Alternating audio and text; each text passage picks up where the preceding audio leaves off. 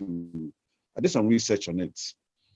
And what we have today is actually not known globally.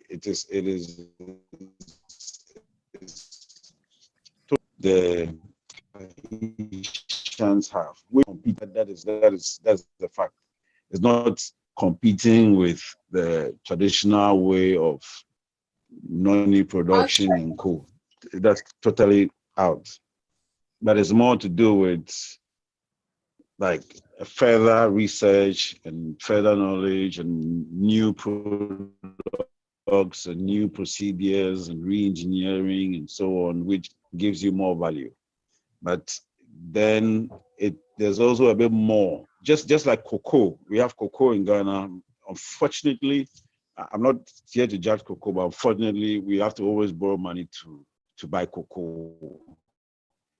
So this is just like cocoa, but it's a bit different in the sense that the methods, the plant is different, the method of production is different, the products are also different. So that is in summary, that is the nature of the tree we're going to talk about, and then why landowners like you essential to the whole project. But actually partnering landowners because of the nature of the tree, the kind of the revenue trail, the kind of products that come out of it. It's kind of a team work or kind of a partnership in a way. So that is just what I wanted to say about it before we begin. That's okay. Are you all right? Yeah, your line is coming in and out a little bit, but we'll continue. I think. So yeah, I think we've got Okay. So when we're ready, we can just begin. Yeah. Yes, please. So we can start. We can start. Yeah. We've got it. We can start. We can begin. Okay. All right. So I'm Alfred Penn and the competitors and associates. But then there are other arms to this, and these arms are Noni plantations, which is dealing with specific, and then we have industry apps. There's a mobile app involved in this project, so it means landowners will actually be able to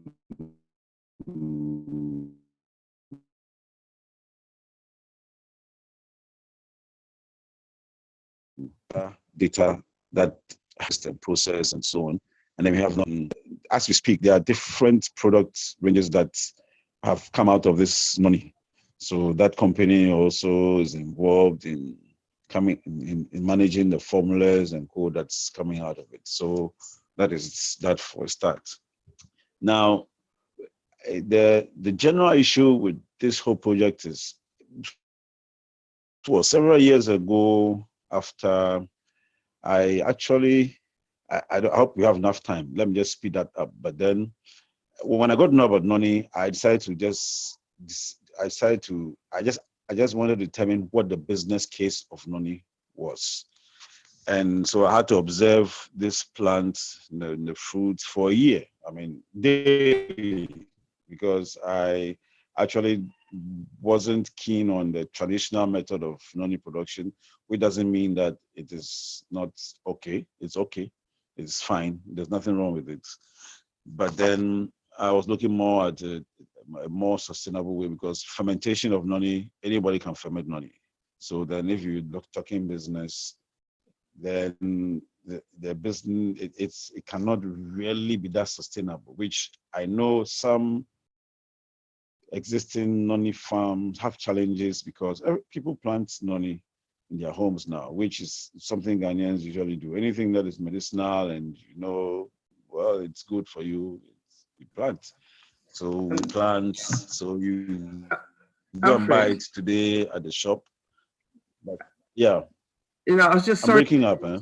No. It's fine. I'm sorry to interrupt you, but maybe we can start off by explaining what the noni fruit is and its properties and why it's so sought after. Good. I Okay. guess it's a All superfood. right. Now, okay. So the fruit. The issue is the fruit today. The definition of noni is it has like one of the members said, antioxidants. It has so many properties, cancer curing and so. But you see, in reality, there's a little contention there because the fermented fruit is a bit conk because the procedure for getting noni juice, the traditional method is you harvest the fruits, you keep them in a container for about 90 days. It ferments, the fruit liquefies. When I say liquefies, it means it is green when it's not ripe, it's yellow when it's ripe. When you pluck it, in a day or two, depending on how ripe it is, it liquefies, meaning you can't even wash it. It will crumble in your hands when you try to wash it. So I guess that is why thousands of years they will harvest, keep it in the bucket, and then leave it for 90 days. It ferments, then the juice is squeezed out, and then you have your pulp, you have your juice, and normally they'll pasteurize it, and then that's it. It's done, and it has the antioxidants and a lot of curative properties, hypertension, sugar. But you know how it is when you always narrate a, a, a, a herbal medicine doing so many things. So fermentation is prone to contamination. So it's preferred to use solar. And besides, pasteurization costs. So that is another cost element to the project. So if you're going to go commercial, you have to pasteurize thousands of liters of noni. That's a problem. So in a way, the benefits are there, but then from observation today, there's a difference between the fermented one and then the non-fermented one. When I say non-fermented, is what we are doing today, which we have branded as noni mining because of what we discovered about the tree and so on. So maybe when I say that, I mean, traditionally, the tree is harvested randomly. I mean, you can harvest about 4 times a year, but we harvest 12 times a year because we had to study it and we tapped into the growth cycle of the tree to understand how it functions. So we are able to harvest it 12 times a year after transferring the skill to people who have been trained, who have the eye to identify the fruits and so. So for the health benefits, today, as I speak, I'll speak more to what we are doing in terms of the benefits, because from what we are seeing, the definition of noni will change with time. It will no longer be just noni. It will have to be qualified because we have noni rocks, noni water, noni fusion, and then other elements of it that have formulas that extract plant herbs and so on. But traditionally, those who know about noni know that it's fermented. You have one juice, pulp. I mean, it is conch. It's still effective. It doesn't mean it's not effective, but maybe commercially, I would say it's limited to one solution. But then I know the Tahitians too. We have the pulp, they also convert it to other. You can dry it and use it for other substances, which are equally effective. In this case, solar to actually derive our products, which means the cost involved in extraction is virtually nil when we are actually fully in motion. So, do you have any questions before I continue your question, Andrea? No, I guess not really, but I think we'll come across. There's quite a lot.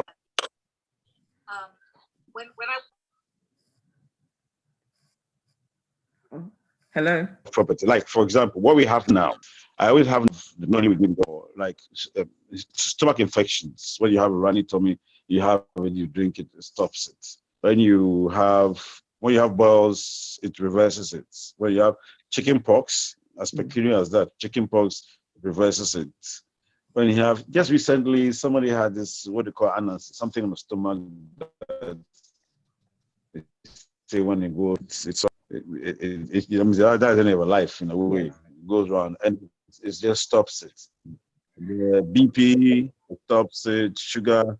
But what we are doing today, we are not we don't want what we're doing now is we actually we've invited food research Noguchi to be part of the project because we want to go specific. So it means that we are going to apply a certain weight of what we call the Noni rocks. The process gives you two products, rocks and then the water.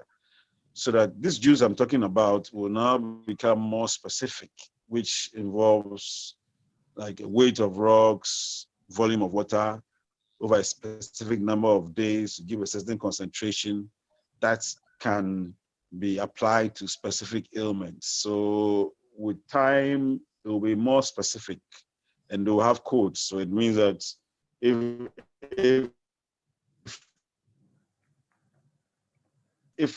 and this is to do with the medical prescribed easily, just because it is more of a potent solution. So doctors don't easily prescribe Noni and say, go and take Noni.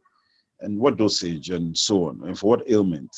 So what we're going to do is we are going to align ourselves more towards a doctor saying, go and take maybe Noni code G4, which has a specific formula that gives a specific concentration for whichever ailments the scientists will come up with. We have quite a long list actually, which we will be working on. But today, as we speak, the model had to be carved out in a way where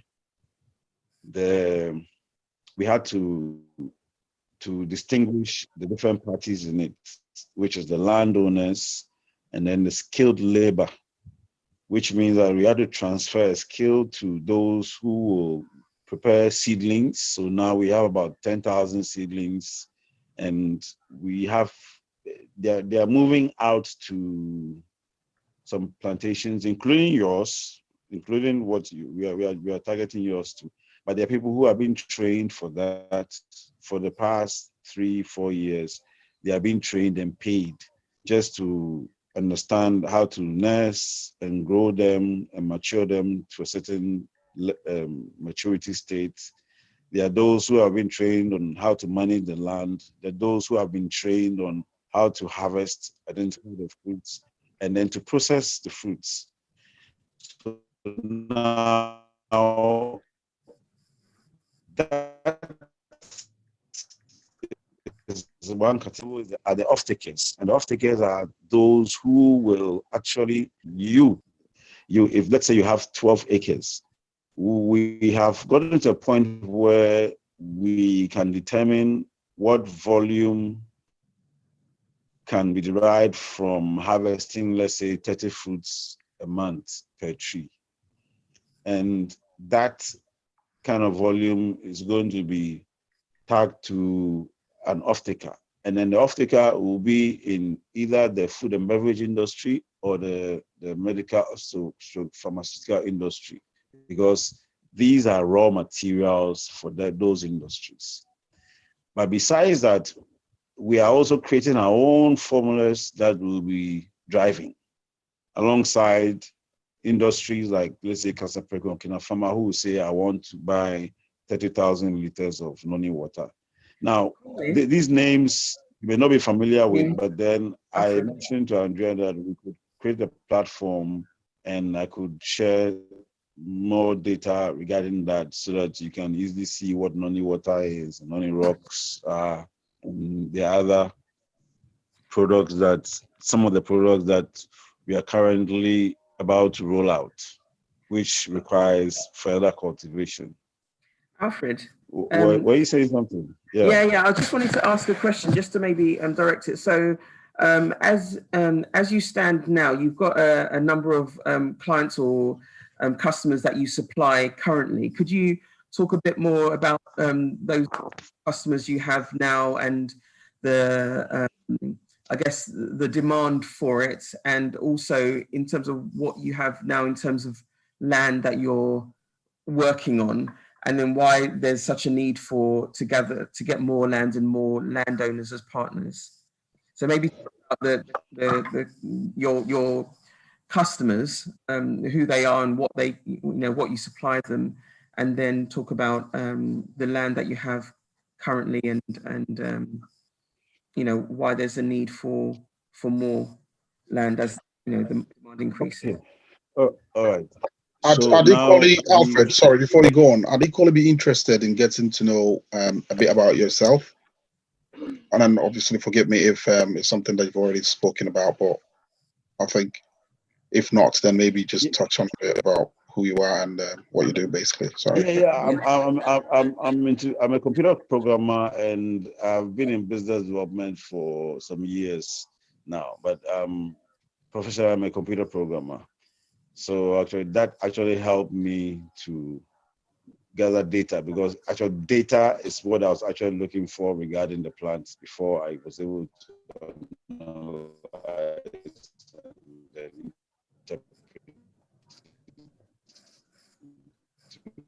today. So I'm traditionally a computer programmer. So I've been in business and books, ICT books, but then and training, but Noni production for the past 8 years. I've been a lot of research has gone into it. So production. So that is basically what that is me for now. Okay. Okay. Is that okay? Yeah. So your background's in computer programming, and then what got you interested in the noni farming? Really, why did you move from that to? Is it a different lifestyle, or fed up of computer programming, or what got you into this? No, it's more to do with, you see, before I even got into the Noni, I was already I did some research in plastic recycling.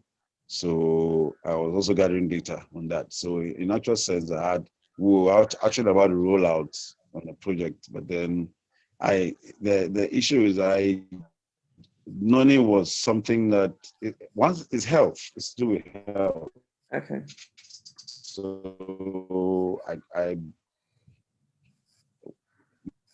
my daughter's music teacher introduced me to Noni one day, about 2 years before, at the gardener's place, and it was a very brought it home, put in the fridge.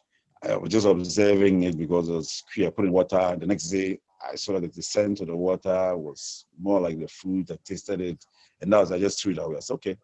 But then when the teacher too mentioned it, I bought 3 because it's health. It's for health. I mean, Oh dear. why not? So I just bought. Actually, I've always been a green person. From primary school, I've been planting. I plant at home seriously. I mean, I plant all kinds of plants. I dig. Maybe I grew up early planting and all that. So when I planted it, I gave one, and it started flowering at maybe 2 feet or 1 foot, 2 feet. And I know once it's flowers, the fruit. So, and I know it's a tree. So how can you have a tree flowering at such a height? And after seeing the flower, I realized that the flower wasn't just a flower, but that there were flowers. The fruit has several flowers, which today I see that they are all chambers in the fruit, and those flowers actually we're covering what I call today valves. So to me, I just saw that, said, this fruit is flowering at this stage. How's that possible? So I want to read a little bit about it, and I saw so many things about it, but there was always the further research was needed with Noni. That was always something that caught my attention. Like further research is needed, further, because there was too it was too too good to be true. So there was always the fiction and the doctors fighting and saying this and other people saying that. So I said, all right, let me just check out what the business case of this is, because if you have a fruit at this point, so what does that mean? So I observed and realized that it was really a fruit. So within a short time, a short tree has a fruit. But then traditionally, it's fermented. So to me, I just said, that's not a business case, because I'm already into business development. So you can't, a business case is more to do with what not everybody would do, but something that everybody can do that is not a sustainable business. So I had to strike out certain aspects of it. Fermentation was out, pasteurization was out, coming out of a plastic environment where where recycling was something, a project I was going to work on. It's actually a finished project today, but I had to put it aside because of the Noni. So then I struck those out and I went to deal with glass. I went to deal with solar energy, that's sunlight, because pasteurization by sunlight is possible. And then observation, taking notes. It took me a year. I had to observe and take notes of what I was observing for a year till I realized that, okay, now if what I realized, if this is what money is, then it means it's a total different ballgame. So I sought audience at food research for a team of scientists to, they gave me, I had to go to a presentation there because of what I had seen and I had preserved. I stored I stored samples, two samples, specific dates in a month for a year, to prove the point that it has a self-preserving characteristic, and that as it grows, it matures with time. That's when you don't ferment it. So I had to make data available, so which means that if I'm able to store 12 jars from January to December, it means that they will have data on a jar that's 1 month old, 2 months old, 3 months old, up to 12 months. Therefore, you have a wide range of data for you to analyze. And then the next year, you have another range and so on. So as I speak, those jars are at Noguchi and Food Research. And I know in a way, somehow it's a bit overwhelming for them. So I always have to chase up with them, but I know I will be aligned pretty soon. But then for the next 10, 20 years, those will be testing those jars as we go along. Now, it's a lot of information that I've gathered, so I can't say all today, but I'm sure when I'm sharing data, it will become obvious. But then the issue is what I observed from the fermented one. Because from the observation, I got to realize that you could get on the rocks. The rocks are not gotten when you ferment. So I guess, I mean, you know how it is. Research can lead you to so many things when you actually get doing it for verifiable data. So in a way, after meeting the scientists and they realized what was at hand, they actually funded the tests at their own cost as I speak. So, and we are supposed to, we haven't yet finished. There's so many things that need to be sorted out, but in a way, Noni mining, it will be something that I'm sure the world will get to know later. Hoping that we'll get our act together fully before it blows up. Yeah. So that, because there's a patenting issue going on, and it's quite a lot of issues that are quite overwhelming myself. But then I've been able to break it up into different arms so that I focus more on specific areas, because the products we have today, as I speak to you, can preserve food. So we have perishable foods that have been preserved for close to 3 to 4 years: tomatoes, garden eggs, okra, pepper, name it, more than 100 different foodstuffs, which are stable with one of the products that we are getting from Noni, which isn't known globally. So, but then there's no hurry in a way to just blow it up and then move into food security. But food security is an agenda under this project, which will require over 30,000 acres to be able to produce for just storing our foodstuffs. And because we harvest 12 times a year, it means in a year we can store 12 different kinds of food that we consume, not to do with what we waste. This is totally different from what we waste. This is more to do with food security in terms of crisis and co. So, that's what it led to so many things that I don't know how to put it, but that's good. It's interesting hearing about the different kind of uses of it. So in terms of so right now you're part of your business, you're looking for more land. You just mentioned that you're looking 30,000. Okay, so the reason why you asked the question about the land and why we need more land. Okay, now we have an off-taker now who is in Canada. He has an arm here, and we know, like I said, we have products that we have lined up. One of them, three of them. So three currently. One is tea. That the rocks will be ground into tea as tea bags. Now the rocks, I'm sure later when I'm showing later, you get to see what. But the rocks have phosphorus, calcium, iron. They have those properties, proteins. They have some properties that are beneficial.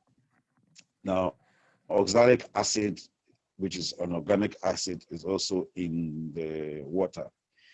Now, the rocks we're going to use it for tea, but then the rocks too can be used for food supplements, can be used for food fortification. Food research is recommending that it's used for school feeding program, can be used for, can crash into tablets. We can also use it for liquor. The liquor issue is we immerse it, a particular weight of rocks in a particular volume of alcohol over a specific number of days will give you a certain concentration of the noni, but it's alcohol, like whiskey. But in this case, we are not really interested in alcohol, drinking alcohol, getting drunk. But then the two scenarios of tea, using hot water with a rock, using alcohol with a rock, gives you different concentrations. So it's worth exploring. So now with the liquor side, we are using local liquor to extract it. But then in the future, we will brew our own alcohol from the fruit, which will be separate from the fruit that is going to be used to produce the water and the rocks. So the two products that will come out from the fruits commercially will be the water and the rocks. When I say water, I mean water, liquid that looks like water. That's what I mean when I say water. You call it Noni water. You can't tell the difference when you put that beside water, unless you smell it or you taste it. Then you know that this is water or this is Noni. And that water has diverse properties as well. One of them is preservation. Another one is we are using it as a Noni nasal. That is what we are rolling out immediately. So it's going through FDA, but then Food Research, Gucci. The samples are all over the place, but it is a flu preventive. So for me, I don't catch cold any longer. Not to say, not to boast, but I don't, because I use it as a preventive. It's a spray. Once you spray, you sneeze, and 1, 2, you sneeze and you spray. That's it. And it's also going to be used as a plant herb extractor. With that one, Gucci wants to label it as a plant herb extractor. So what is going to happen is we're going to create a database of all the plant herbs in this country. So whether it is going to be prekese or bitters that you go to the bar and you drink bitters, some alcohol. A time will come when there will be non-alcoholic bitters because the water can extract the plant herbs. So those plant herbs will not just be put in, it will have to go with some formula. So that if you are going for a certain, let's say cinnamon with Noni water, it may have a code because you're dealing with a particular weight of cinnamon in a specific volume of water over a specific number of days to give you a concentration that can do this and that and that and that. So in reality, there's a long spectrum that I'm not sure we will be able to exhaust all of it in our lifetime. But then what we are doing is putting together a structure that can run on its own.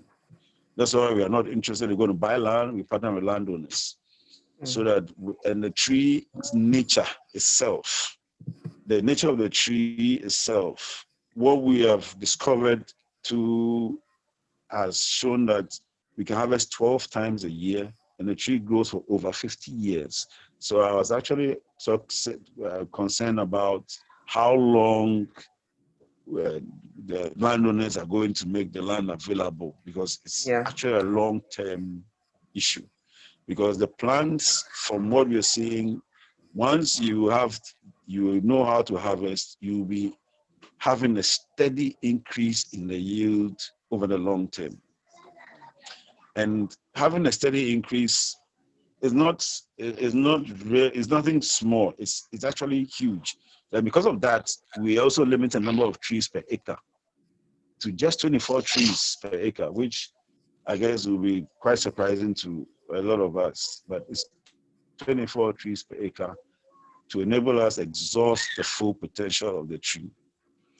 So now this kind of partnership means once that is in order, there's an app. I'm the architect of the app, but there are parties who are coding. But then the app keys, every tree has a code. Every landowner has a code.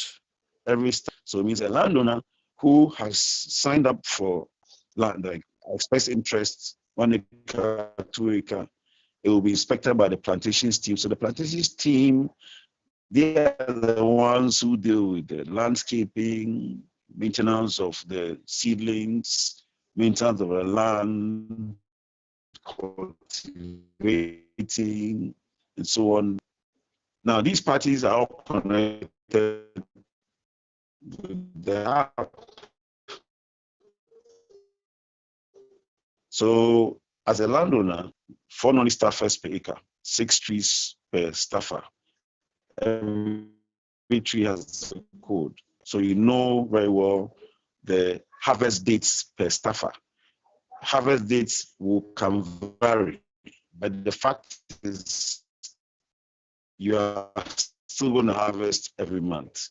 The liberty to adjust their harvest date and go, which once it's done, landowner obviously sees the difference.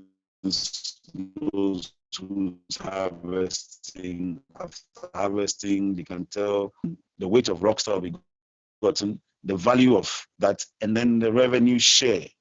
So it's a revenue sharing model, which means the landowner has the specific share, which is actually the highest among the lot, because we are about 12, 13 institutions that are actually sharing all this, because there's a lot more involved in it's not just harvest, process, get the water, get the rocks, and you're done.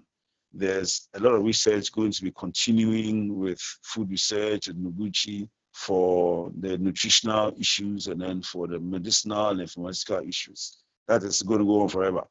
Whether we'll live to see it going on, I'm sure we'll leave it and we'll go on, but that is how we are structuring it.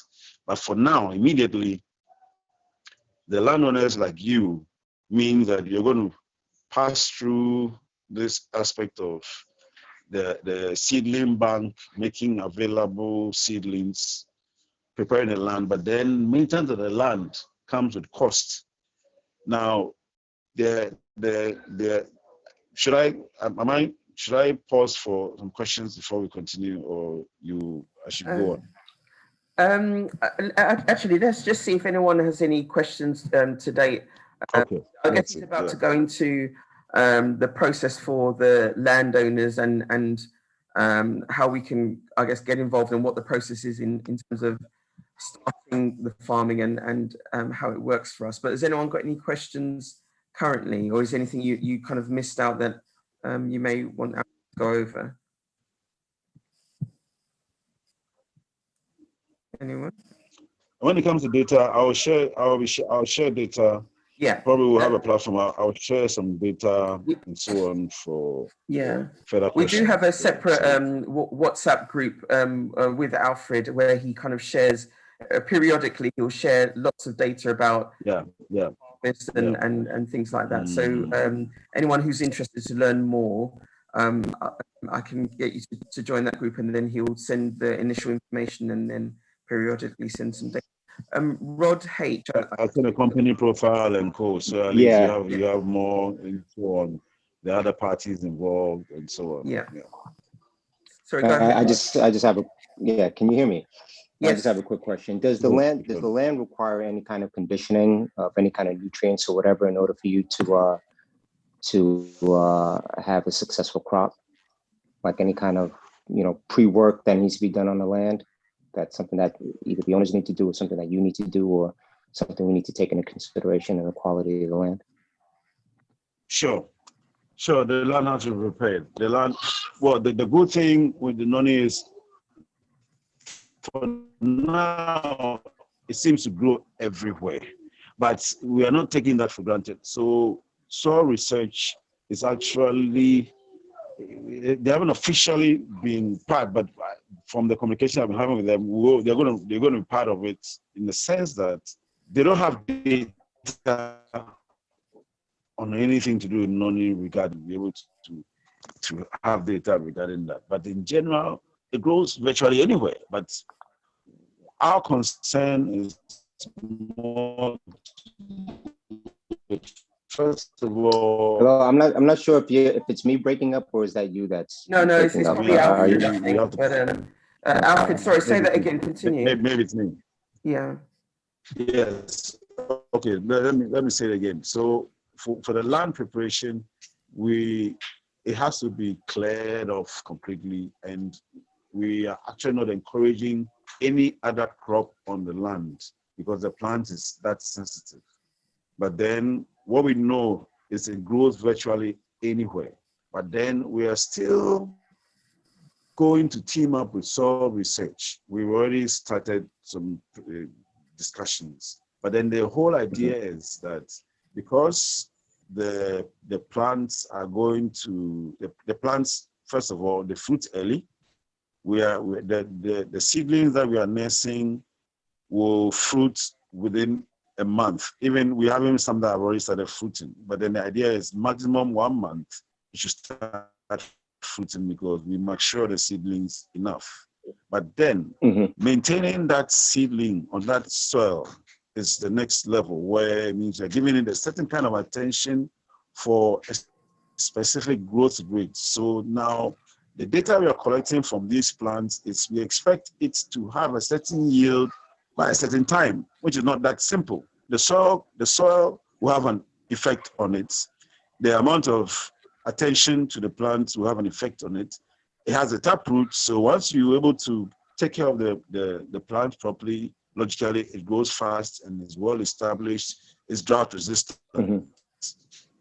So the soil, basically it grows virtually in rocks. It grows in rocks. It grows at a beach. It grows in different kinds of soils. But we actually are going to be monitoring every soil type and compare ages of which this plant is here, 1 year old in the south, 1 year old in the north, because we're collecting data from every staffer harvesting and co. It's easy for us to determine the growth rates per region.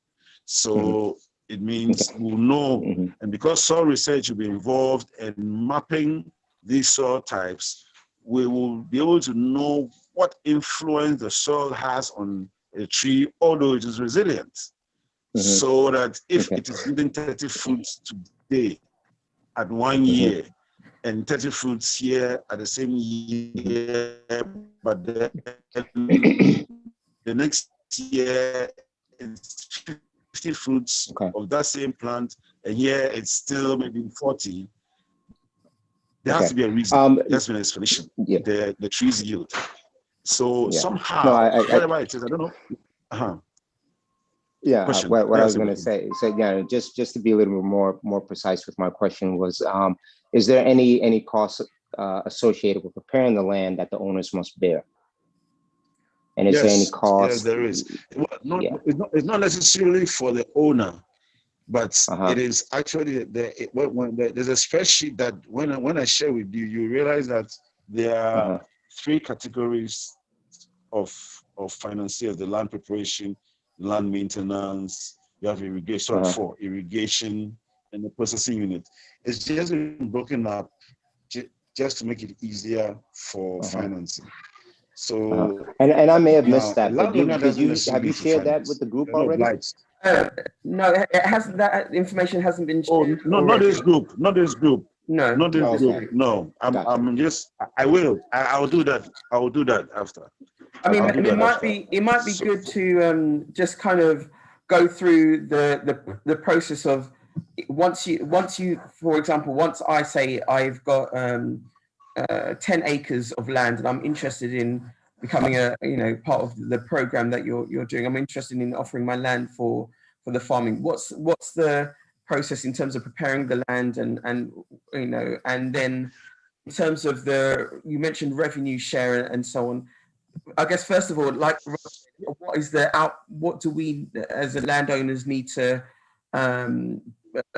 Is there any outlay cost for us? What's the of actually getting it started and getting started with the farming, and then what's the kind of, you said that there's a harvest every 12 times a year, but then what's the revenue share on that? Just give us a rough idea. I know you do different kind of programs, but it would be good to get a sense of what we'll be looking at. Yeah, a rough idea. So let's say with the 10 acres, we are looking, and we have decided that we will start harvesting at 30 fruits a month. Now it can be plus or minus. 30 fruits is just an average for years. All right, it's okay. Let's start harvesting at 30 fruits. We can start harvesting at 10 fruits. So average per tree. Producing 30 fruits. At 30 fruits a month. Yes, that's when because we are maintaining the tree for it to start growing quickly. They started fruiting all right, but we haven't started harvesting it to start processing it. Okay. Because remember that we are harvesting it because there is an off-taker. You get it? So that is it. So yes, that's off-taker. The customer is the off-taker. Okay. The one who's buying that raw material to produce their consumer products. Okay. So now 30 fruits a month for 10 acres will give you, it's like average annual of about 62,000 Ghana cedis a month at 12.5% for the landowner. Okay. So say that again. Which means the at 30 fruits a month. Mm-hmm. That's per tree, right? The land, that is for the 10, yes, per tree. But for 10 acres, yes. So if the average yield per tree is 30 fruits, which means that the beginning of your harvest for those plants, which means the beginning. So it's 30 fruits per tree, and in 1 acre there's what, 20 you say 24 trees per 24. Okay. 24. So times so in 10 acres 240. I'm using 10 acres now. I just keyed it into the spreadsheet. Okay. These 10 acres now, that's 240 fruits. 240 trees, and then each trees, yes. Fruits, roughly. So it means that you are starting your harvest schedules with this. Okay. And now 1 liter, the 80 we have set to increase the liter of the water. 1 liter of water was 40 Ghana cedis a liter. Now we've increased it to 80 Ghana cedis a liter. The rocks, 1 kilo of the rocks is 180 Ghana cedis a kilo. So this value that I'm giving you is based on the 40 Ghana cedis a liter and 180 Ghana cedis a kilo of rocks. So with this 30 fruits average,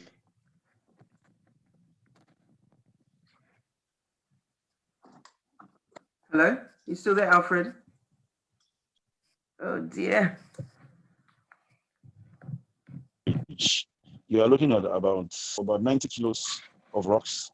And Alfred, sorry, we lost you for a few seconds. Can you repeat that? You got to so 40 Ghana cedis per liter of water, and then okay, yes, Ghana 40 Ghana cedis per liter of the water, but we are increasing it to 80 Ghana cedis now.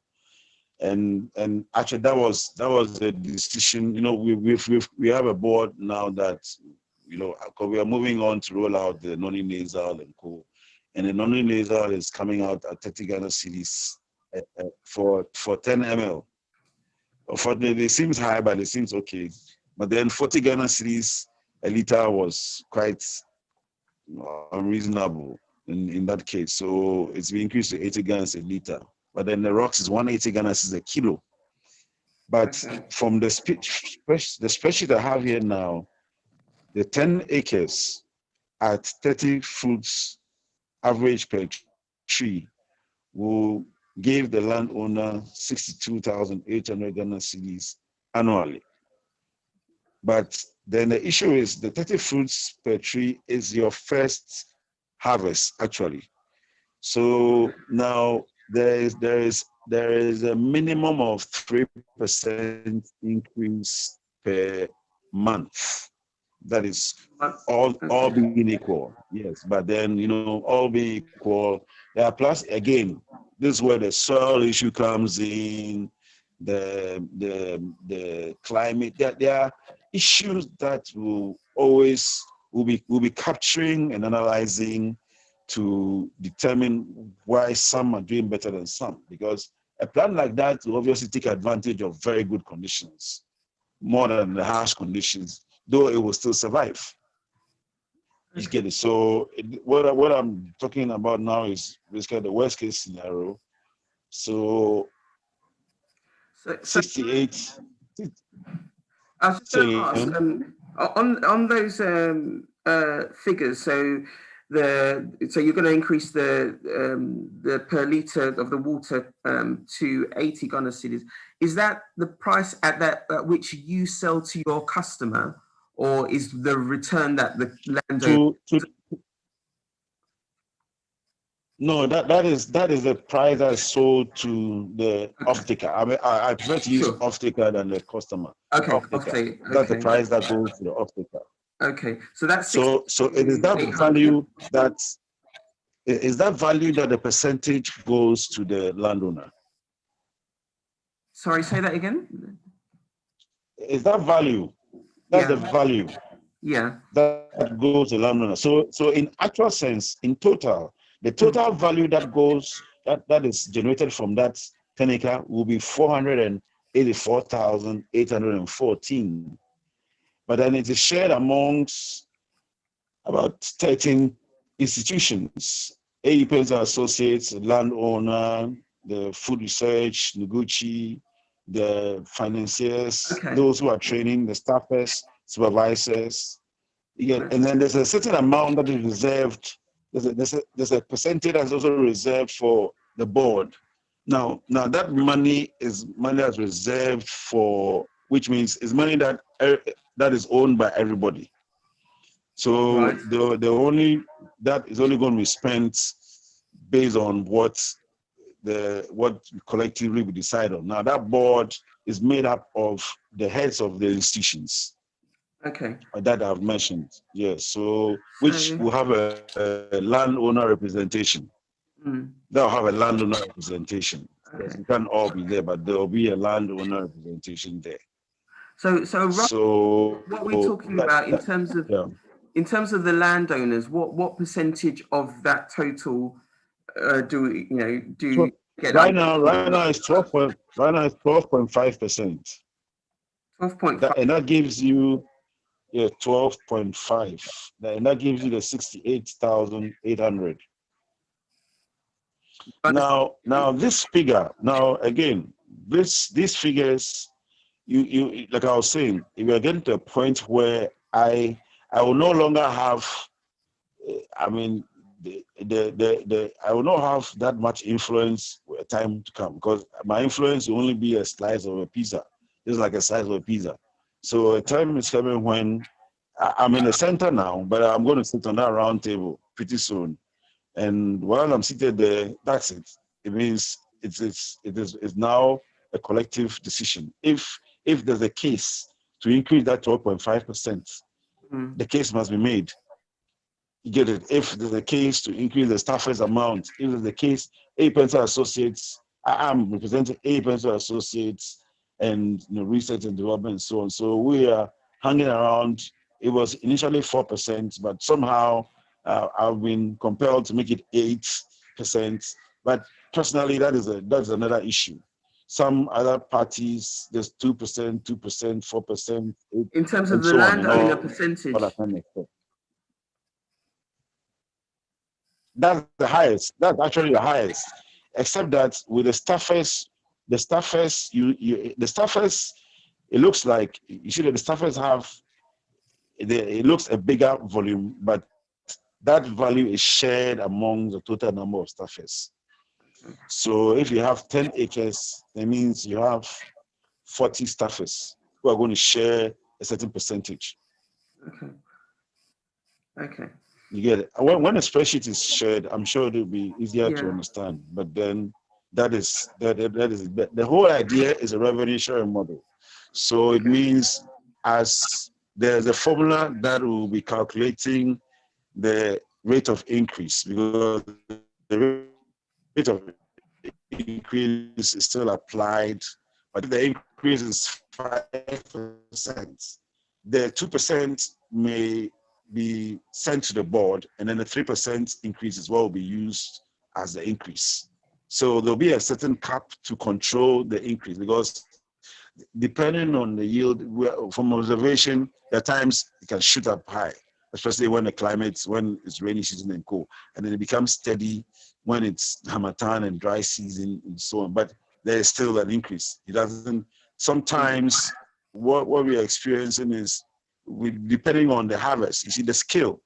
The skill allows you to harvest properly. Sometimes you have data that it drops, and there has to be a reason why it will drop. So monitoring all that, it drops, goes up, comes down, but the tree continues to yield continuously. Every branch is like a tree. So based on the training and the skills and people learning properly, we will really get an incremental graph. But then, when you don't have that, there has to be a reason for that. But basically, from what we've seen, there's a gradual increase in yield, which means we all earn a little bit more as we go on, a little bit more, because the tree can yield up to 500 fruits a month. And that is huge. But it's just that, we'll get there. Because there are trees in homes that we did research on that yield 300 fruits a month, 200 something fruits a month. And those trees are even trees that have been pruned. So it means that's not the full potential of that tree as at that age. But again, in the home, the tree has a better environment than on the farm, somewhere that there's no shade. So it means hostile ground. So we have some cultivated in grounds that are more hostile. But at the end of the day, you can see that it is still appreciating once you're taking care of it till now you leave it on its own. So that it will ride on the rainy season. It will still survive till next year because of the taproot and co. But then your monthly harvest is consistent. All right. Okay. That's okay. Does anyone have any questions at this stage in terms of maybe the yield, Yeah. the numbers? Yeah. Yeah, I have a quick question. It's Sally. I just want to find out if there is a maximum length of years, I mean, that a landowner needs to commit to. So, for instance, to get into this program, you need to commit like 10 years or 20 years. Minimum, you mean? Honestly, A minimum period or honestly, maximum? Yeah, honestly, minimum or maximum, yeah. To be blunt, I would just say leave that land for the Noni to grow on to give you the revenue that it needs to earn, period. But there's still a clause to say after 10 years and so if you want to move out. But you see, the issue is that the caution is this tree's value appreciates with time.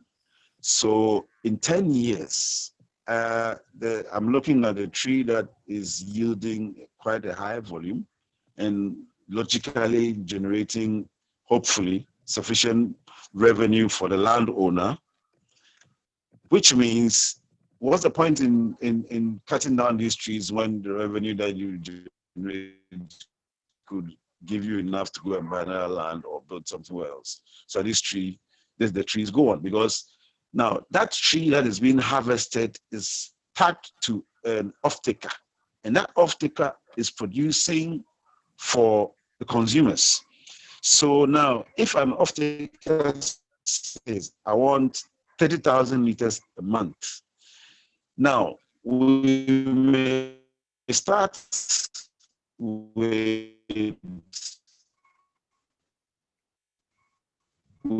the, maybe we are calculating based on, they get their 30,000 liters a month based on just 30 fruits a month.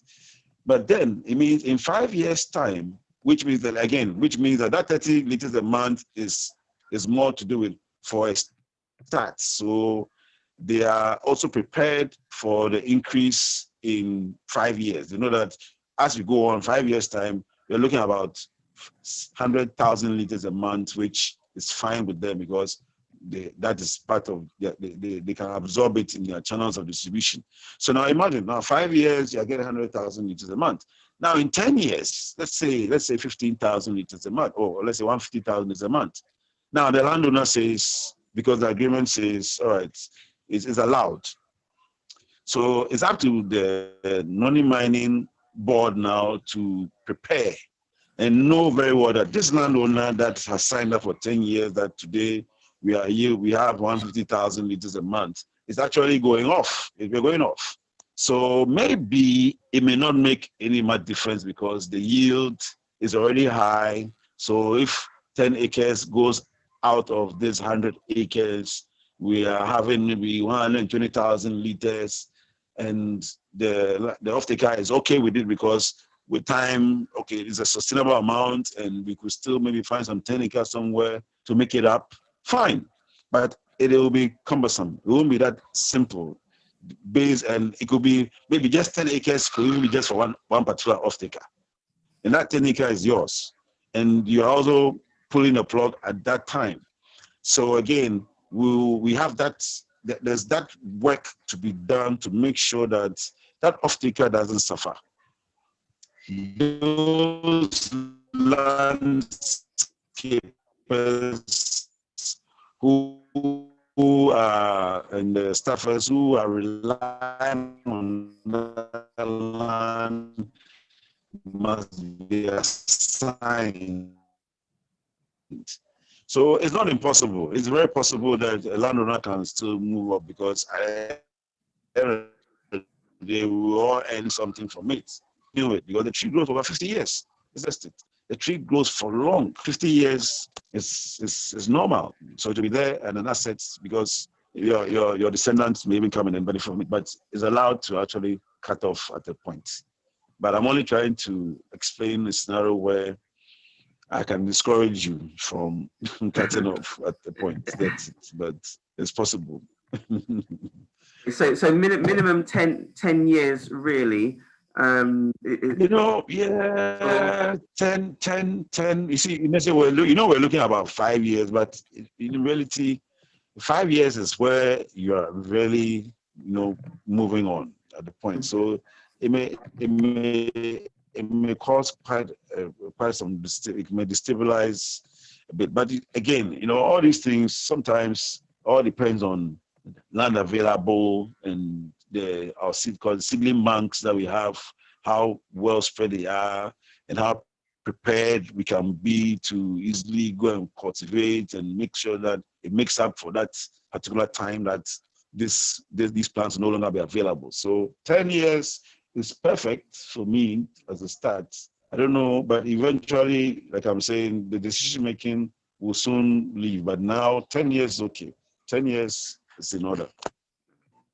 5 is possible. I can't conclude that now with this day and age, we have to sit and discuss it. I mean, I don't know about the rest of you. So there's a few things. What myself and some other people who are kind of engaging in this is using part of the land that we've purchased for this farming, but we're about to start that. And the other thing is that I've arranged for one of Alfred's guys to come and inspect the land at Kaswa on Sunday as part of the visit.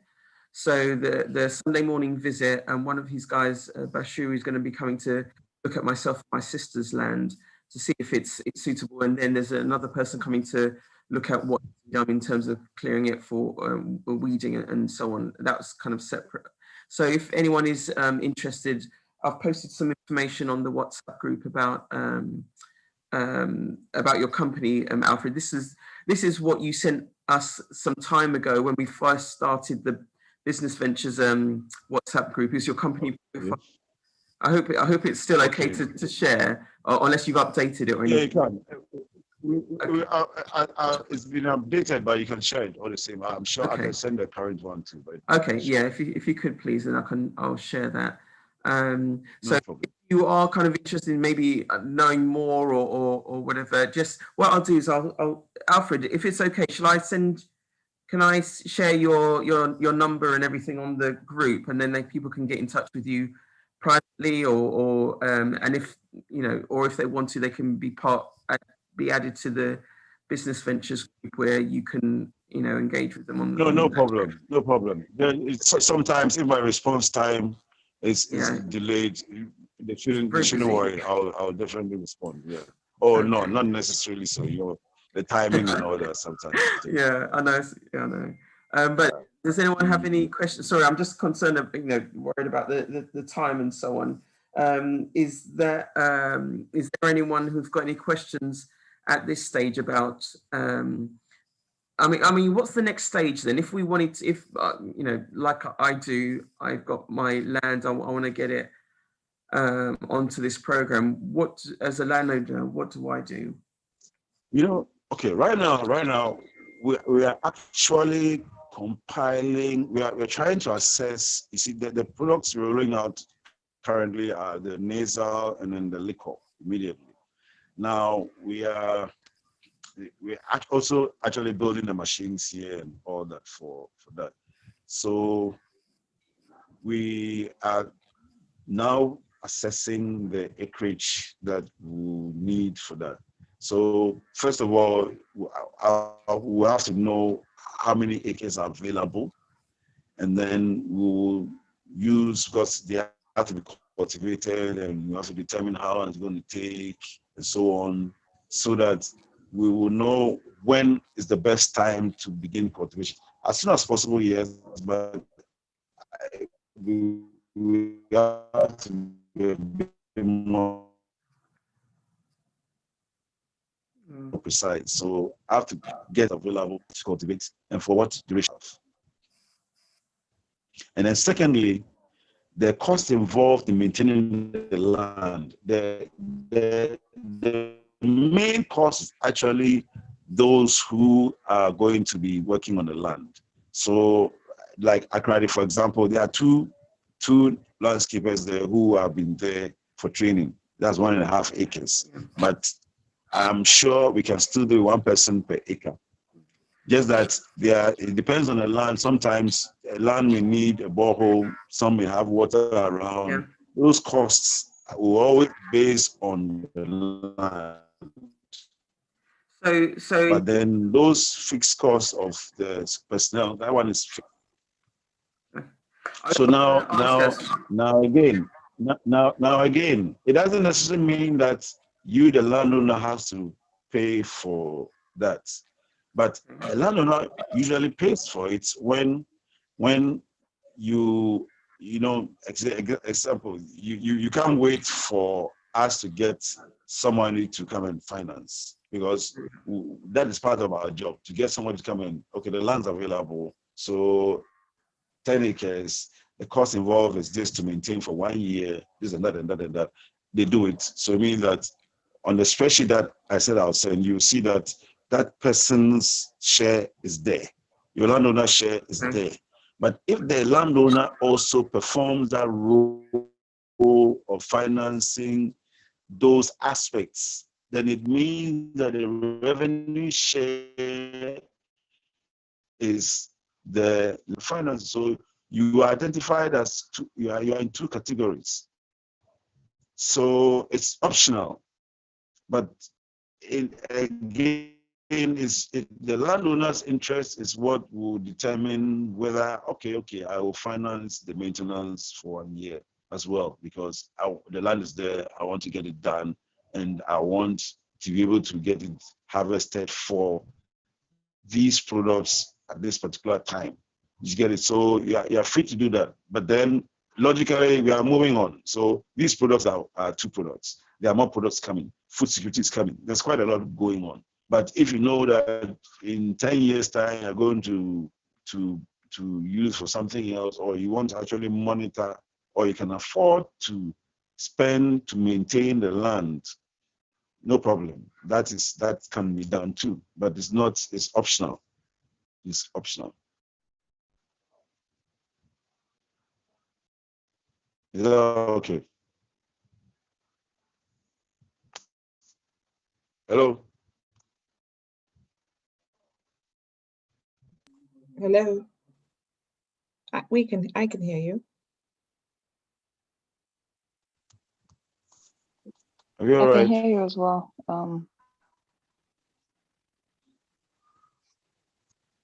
Did I go off? No, we can hear you. I can hear you, at least. I can't see Andrea's still here. Yeah, Andrea dropped out, but she's back. Yeah. I think she's back You in can again. hear me. Okay. So did I answer your question? Hi. Oh, Oh, you hello. went off. Yeah, I went off. Sorry, but it's fine. Was it my question you were answering, or was there someone else who asked a question? I was thinking it was yours. I can't really remember. Yeah, I think it was yours, Andrea. Okay, all right. Sorry. Okay, we're just gonna, I guess, round off now. And as I said, I'll share Alfred's contact details on the group. If you've got further questions, you can always message him or give him a call. But does anyone have any final questions before we round up? Yeah, I did. I kind of put it on the chat because I didn't want to disrupt the signal. But my question was regarding the weather and the seasons. With everything that's going on with climate change, it can get unpredictable sometimes. So I was really wondering whether the trees or fruits can survive basically any weather that exists, because we don't, rainy season can be extended at times, dry season can also be extended at times. And if we're dealing with time sensitive fruits, we can't unfortunately guarantee that, outside of our control anyway, we can't always guarantee that. So yeah, I just wondered how the weather could impact the crops growing. Okay. That was considered the dry season, Harmattan, rainy season. These are actually the 3 main ones. So we were able to develop a production cycle And that cycle took into consideration the different weather patterns. So in a way, when I say this, when the cycle ends after 3 months. So it means that a production cycle is 3 months, but that took into consideration the different weather patterns, rainy season, dry season, and harmattan. So by the 4th month, you're starting a new cycle. So within that scope, whether it is sunny today or not, we are still going to use for the 4th month to begin the next cycle. Because the issue is, in the dry season, you'll get your rocks sooner than the rainy season, but they all fall within the same time frame because we've adjusted it to a point where it's fixed. So whether rain, dry, harmattan, the production cycle is fixed, and we'll get our rocks within that time, we'll get our water within that time, and it's set. So we sort of adjusted the production cycle to match all the seasons. Although you know very well that this dry season, because you're using solar energy to get our water and rocks, you can see clearly that the impact is greater. And you can see that in the rainy season, there's an impact, but you can see that, okay, it's slower, but because you've given a specific time frame, by the end of the production cycle, you have your rocks, regardless of the season. Okay, thank you. Yeah, but I guess my question is more towards, do you have any contingencies in place should the weather not support the cycles that you have? You know, does that make sense? Because there's a possibility that in the next 10 years, there's going to be a dramatic change. So yeah. You're right. Yes. So that is where the maintenance begins. Now, yeah, I was calling one guy. Kwame, I think you're Kwame, not on mute. You're not on mute, Kwame. Everyone knows your business now, Kwame. Someone exchanging hands somewhere. Please, so everybody block your ears, block your ears. For real. Alfred, please continue. Okay. So now this maintenance issue, remember that you're looking at trying to give the plant a certain kind of attention from the beginning. So within a year, based on the kind of attention you give it, it should be growing to a certain point. But now these staffers, the staffers who are there, there's always one landscaper there. So now the provisions for maintaining the land in terms of watering and co are still in place. So it doesn't mean that because now you're harvesting and co, so we are ignoring the attention that the plants need.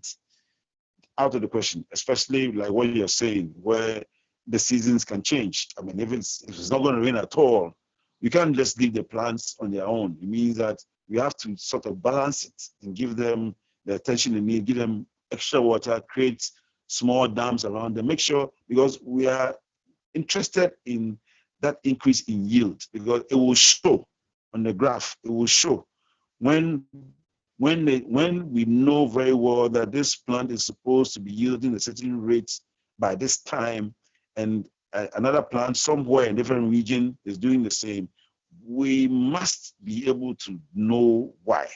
So landowners also have some room to generate reports. And you see, these things are there so that when such setbacks are observed, it's easy for us to intervene the fastest possible time. But because they are supervisors, those things should be sorted out before it even gets to a landowner, because the supervisor should see. There's a supervisor per 10 acres. So we expect that if there's climate, there's a dry season, extensively dry, we should be able to monitor and intervene. So because we already have landscapers as part of the staffers, every landscaper is a staffer. Not every staffer is a landscaper. So in terms of that angle, the landscaper must intervene, but with time, every party will play a role of landscaping because at a certain point, there's less work to do on the ground. We'll be planting grass and then lemongrass on the land because we are using the lemongrass also as part of our products for consumers. So we will take that into consideration if my answer is convincing enough. Okay, thank you very much, Alfred. Does anyone else have any final questions?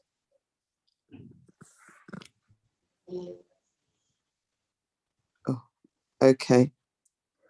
All right. Well, if that's about it, we'll just thank you very much, Alfred, for your time and for explaining. Thank you.